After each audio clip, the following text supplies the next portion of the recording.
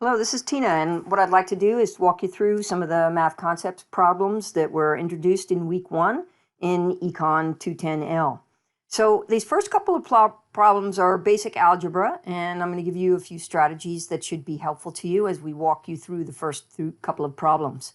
For problem number 1, you see that you're asked to solve for x in the equation below, and one of the strategies is to try to get whatever you're solving for, in this case the x, on one side of the equation all by itself. So if you take a look at your screen here, this is the initial equation, 4x plus 6 equals 12. And we want the x all by itself, so the strategy here is to subtract 6 from this side of the equation, which means we need to subtract 6 from the other side of the equation as well. So this reduces to 4x equals 6. And now we want to get the x all by itself, so to get rid of the 4, we'll divide this side of the equation by 4, and we'll divide the other side of the equation by 4 as well. Whatever you do to one side of the equation, we need to do to the other, and we're left with x equals 6 divided by 4, and using your calculators, you see that that's 1.5. So the answer to question number 1 is 1.5. For question number 2, you are similarly asked to solve for x in the equation below. So our strategy is going to be the same. We need to isolate the x all by itself on one side of the equation, starting with the initial equation as you see right here on your screen. We want this x term to be all by itself. So you'll notice that there's a 12y term on this side, and that 12y term has been added.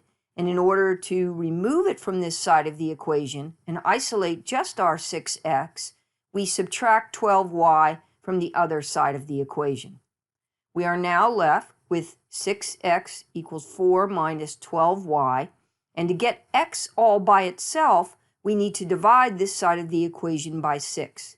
If we divide this side of the equation by 6, we need to divide the other side of the equation by 6 as well. And that's what we see here in the next line down on the answer, and that is x is going to equal our 4 minus 12y divided by 6. Divided by 6. Now we can simplify that a little bit further, and we can break out each of the terms on the other side of the equation such that we now can take 4 divided by 6, and we can take minus 12 divided by 6, minus 12y divided by 6. The final answer to this equation is going to equal 4/6 minus 2y. I've forgotten to write the answer out completely here, but hopefully you can figure that out. All right, once again, we're solving equations, and we're given certain parts of the equation, so we'll fill those in.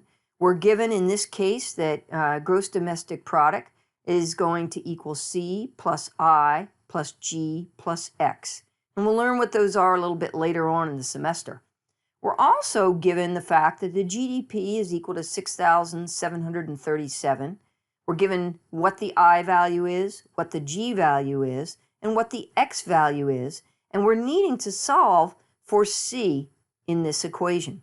So what we do is we write out our equation, filling in what we know. The GDP is equal to 6,737, and I've written that here. And this is going to be equal to C plus our I value, plus our G value, plus our X value. In this case, our X was negative 102. So again, we have an equation, and we're solving for something that we don't know. In this case, it's a C, and we need to get that all by itself on one side of the equation. In order to get this C all by itself, okay, we can move it over to this side of the equation. And when we do so, we subtract C from this side of the equation. So we similarly need to subtract C from this side of the equation. We are left on this side of the equation with all of these terms that are written here. 1038, 1174, minus 102. Only now, in order to have this isolated by itself on this side of the equation, we need to subtract 6,737 from both sides of the equation, leaving us on this side of the equation with a negative 6,737. So again, we've got an equation, we need to solve for c. Here, we've brought the c over to this side of the equation. It becomes negative. So in order to make that positive, we need to change the sign. All right, in essence, multiply each side of the equation by a -1. So when we take this side of the equation and multiply it by a -1, we get c. And when we take these terms and multiply them by a -1, all we're doing is changing the sign of each of these. So you can take your calculator now, and you can take -1038 minus 1174 plus 102 plus 6,737, and you can then solve for c. All right, so in these first three problems, what you're doing is some algebra in order to isolate what you don't know on one side of the equation. When you have terms, as is shown up here, that are added to an equation, in order to isolate the term that we want, we need to, in this case, subtract. When we subtract 6 from here, we need to subtract 6 from here, and we end up with this equation. Same kind of strategy on this particular problem. So here you see we need to isolate the x because we're solving for x. So we need to get rid of the 12y that's on this side. It was an added 12y, so we need to subtract 12y from this side of the equation and subtract 12y from this side of the equation, and we're left with this. Similarly, we're trying to isolate in this particular problem the c term. Once we've filled in all elements of the equation with the known values that are shown below, we need to bring this to one side of the equation all by itself. And there's a few ways you could have done this. You could have done as I've done and bring and subtract c from this side and subtract c from this side of the equation, and we've made that a -c. And in order to get this term on the other side, we needed to subtract 6,737 from both sides. So again, you're isolating the term that you want to solve for, and this is just one of the ways that you can solve these first three problems. Next, we are also solving for unknowns. Only this time, we're manipulating within an equation that only, unlike the problems above that involved addition and sometimes multiplication, there's only multiplication and division involved in the initial equation, which is shown here, which we'll use to solve questions number 4 and number 5. The first equation says V is equal to P times Q divided by M. We're going to be asked for the first problem to solve for M. So we need to get M all by itself on one side of the equation. So in order to do this, we first need to multiply both sides of the equation by M. The way that we know this is we have M here in the denominator, and that's not going to be very useful to us. We need to get M up front and isolated on one side of the equation by itself. So I'm going to, in this case, multiply this side of the equation by M, okay? Which means I need to multiply this side of the equation by M. When I do so, I see that the M terms are going to cancel out on this side of the equation, and this side of the equation is going to become Vm, V times M, because we've multiplied both sides of the equation by M. So again, we multiplied both sides of the equation by M.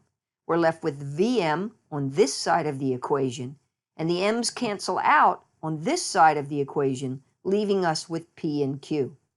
Once again, our goal is to isolate what we're solving for.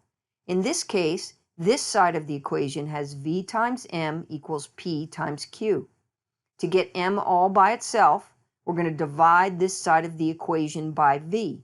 If we divide this side of the equation by V, we need to also divide this side of the equation by V. In doing so, we end up with this as our final answer for the expression for M. In the next problem, we're doing the same kind of a strategy. Only here, we've started with this equation, this was given, and we're being asked to find the p-value. So once again, we're going to start out by multiplying both sides of the equation by m. We want to get rid of this m in the denominator. It makes it much simpler for us than to isolate what we're interested in. Ultimately, we want to find out what p is going to be equal to. When we multiply m by this side of the equation, the m's cancel out. We're left with pq. When we multiply m times this side of the equation, we end up with v times m, and that is going to be equal to p times q. So it's the same process as we saw in the previous problem. Only now we have to isolate the p all by itself. We see here that the p is multiplied by a q. In order to get p all by itself, we divide by q on this side of the equation. We divide by q on this side of the equation, and we're left with p equals vm all over q, which is shown here. Write out the steps all by yourself. Try to practice these couple of problems, and you'll be pretty good for most of the algebra problems that we'll be solving over the course of this semester. The next series of questions involves the slope. And I want you to know that this particular question was a trick question because there are two correct answers. You know from the material that was presented in class that the slope is equal to the change in y all over the change in x, all right? But it's also equal to the rise over the run. We have the ability to write out the equation for a line in what we call the slope-intercept form. And if you review your notes from class, you'll see that when we do so, we have our y term here. That's going to be equal to a times x plus b. The a in this case is going to represent the slope, and the b is going to represent the y-intercept, which will be explained in some of the problems that are coming up. So, once again, we'll go over the slope. The slope of a line refers to a value representing the rate of change in one variable as compared to the rate of change in the other variable. We're looking at the change in y all over the change in x, sometimes written as delta y all over delta x. Review your textbook. It does a nice explanation of slope so that you'll have that example. The intercept of a line is illustrated in question, the concept is illustrated in question number 9, but we can see the visual below that each line at some point is going to intercept, in this case it's going to be a negative intercept, the y-axis. I'll recall for you that this is the y-axis of a graph, this is the x-axis for the graph. We have a line that is plotted, and the intercept of the line is the place where the line intercepts the y-axis. One of the first problems where you need to compute the slope is problem number 10. The slope, if you'll recall, is the rise over the run, or the change in y over the change in x. In order to figure this out, we had to look at this graphic that depicts this line and pick a couple of points where we know what the values are. It's really hard to determine for this particular point. It's pretty clear that this x point is at a value of $410,000 of disposable income, but it's hard to know what the y value here. Is it 5? Is it 5.1? 4.9? So we pick points that are on easily discerned here, and we write out the coordinates for 2 of the points on a line. You'll recall that we can draw any line as long as we know 2 of the points that are on the line. You'll see here that if we represent the coordinates of this point, we write down what is the x value first, and that point is at $390,000 of disposable income.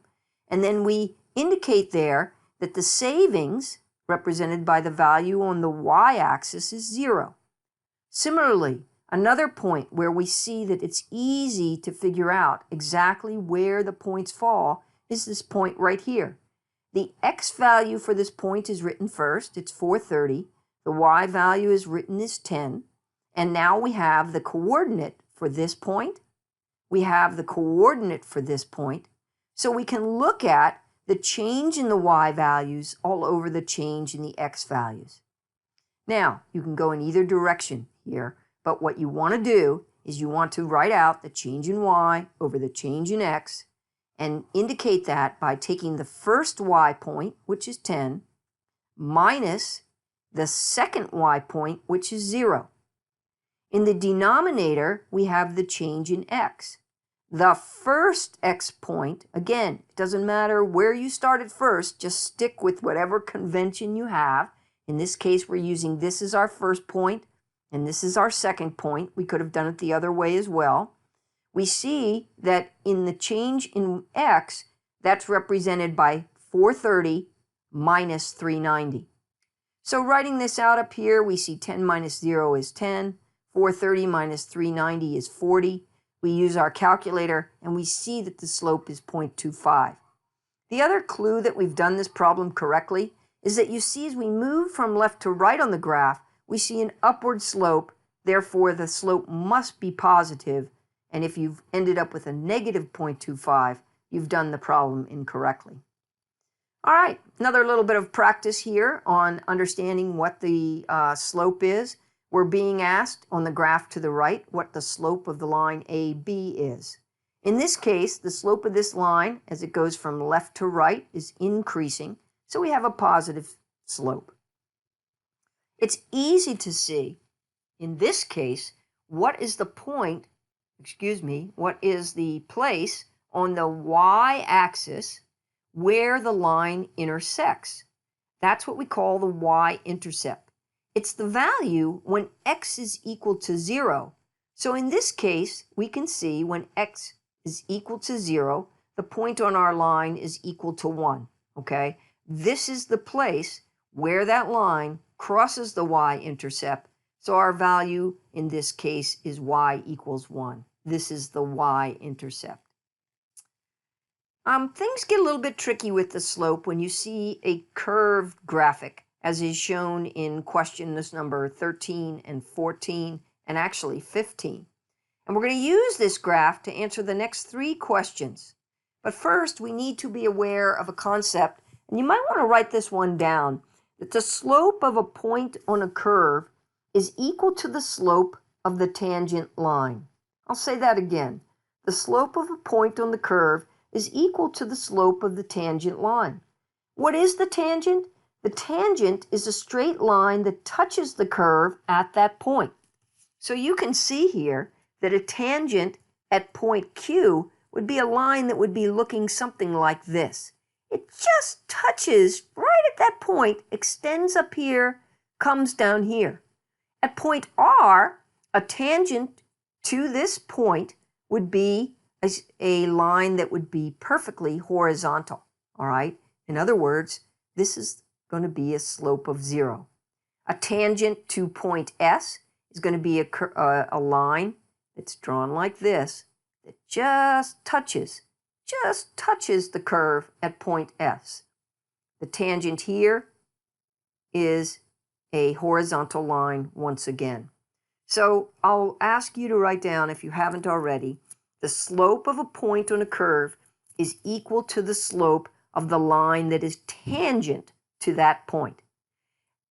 Beautifully for us, you see that for point Y, the tangent has already been drawn in. So you can see that the slope of the point for point Y, at point Y of this curve, the slope of the point of the curve is equal to the slope of this tangent, which we can see here is going to be a positive slope. Knowing that information, we can go fairly quickly through the next couple of problems. At which point is the slope of the curve negative? So we have to say a tangent here is positive, a tangent here seems to be 0, a tangent here seems to be downsloping or negative. It is 0 here, and we can see from the drawn-in tangent here that this is a positive tangent. The point at which the slope of the curve is negative is point S, because the tangent, okay, the tangent line is going to be pointing downward as we go from left to right. At which point is the slope of the curve 0? It's actually 0 at 2 points. The slope of the curve, okay, is going to be 0 here at point T and point R. But we weren't given that choice of R, so our answer is going to be T in the multiple choice question that we see here. Which point on the line lies on a part of the curve that has a decreasingly positive slope? So we start over here and we see a tangent to this point is going to come up here and up here. Okay, that's the tangent line. We see here that the tangent is going to be, if you follow my cursor, also going to be positive at point Q. But what happens is it's a decreasing positive slope. Okay, it's a decreasing positive slope. It was a very steep slope for this tangent. It's a decreasingly positive slope. As you can see, it begins to approach. This is the slope of 0 right here. So point Q is the first point on that curve that has a decreasingly positive slope. All right. When asked to draw, all right, and here very nicely we have a line that is in slope-intercept form. Y is equal to AX plus B. Only in this case, it's rewritten in a way that you can see that this is the slope and this is the y-intercept. We could rewrite this equation, and if you want to do so on your notes, please do. We could rewrite this equation as y is equal to minus 4x plus 12. That might help you to understand that it's already in a form, when we write it like that, in the slope-intercept form, and we could have seen just from the equation alone that the value for the y-intercept is equal to 12. We can also always find the graph that would display this equation by solving the equation first for setting x equal to 0, and then solving the equation setting y equal to 0. When we set x equal to 0 in this equation, all right, and we're going to do that to find the y-intercept, you're going to see that this equation here is rewritten as y equals 12 minus 4 times 0, okay? 4 times 0 is 0, so the y value is going to be equal to 12. So you take this information that when x is equal to 0 and the y is equal to 12, we're here at 0, the y value is going to equal to 12, and we put a dot there, okay? We then need to solve for the equation when we set y equal to 0.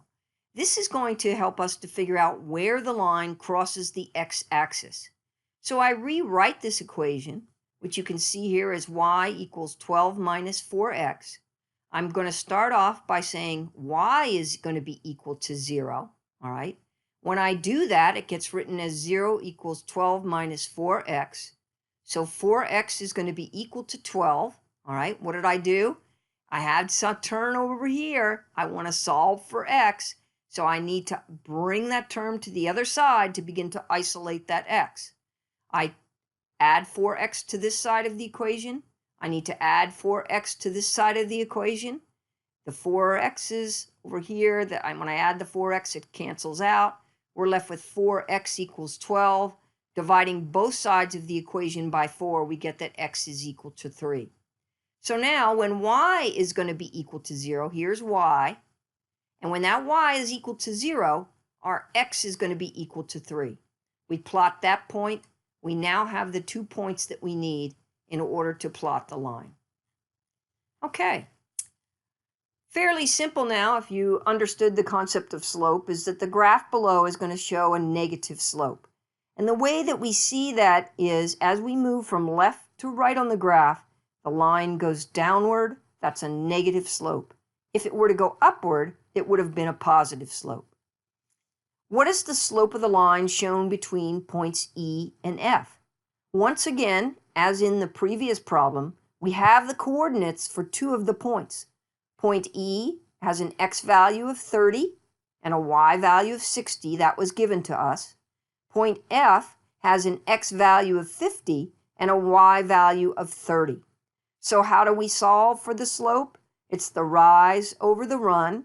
or the change in y all over the change in x. All right? So the change in the y, we're going from 60 to 30. That's expressed here in the numerator. This is change in y, or the rise. How much of a change are we seeing here? And then if we start with this point, we need to do the same thing for the x. We are going from, just as we went from 60 to 30, we're going to go from 30 to 50, okay? So, in doing so, we see the change in the y is 60 minus 30. The change in the x is 30 minus 50. So we end up with a negative term in the denominator here. You take 30, you divide it by negative 20, and your calculator will help you to figure out that that slope is negative 1.5. The last two problems here are straight out of your textbook. You're going to find the answers to this on page 64 of your textbook. And you know, you want to walk through those problems because very soon in the course we'll be solving for consumer surplus, which is this triangular area, or we'll be solving for revenue. And revenue is a rectangular area on this particular graphic. You can see in your book on page 64 that the area of a rectangle is the height times the base. So the height of this rectangle goes from 0 to 60 cents. So there's the height. The base of this rectangle is 0 to 4,000. That's 4,000. You take your calculator and you see the area of this rectangle, which represents the revenue, is equal to $2,400. A triangle is really half of a right triangle is really half of a rectangle. So the formula for the consumer surplus, or solving the area shown on this part of the graphic, is we take 1/2 of the height times the base. This problem again is solved for you on page 64. Half of the height, in this case, we're going, the height of this triangle is from $1.20 down to 60. That's the height.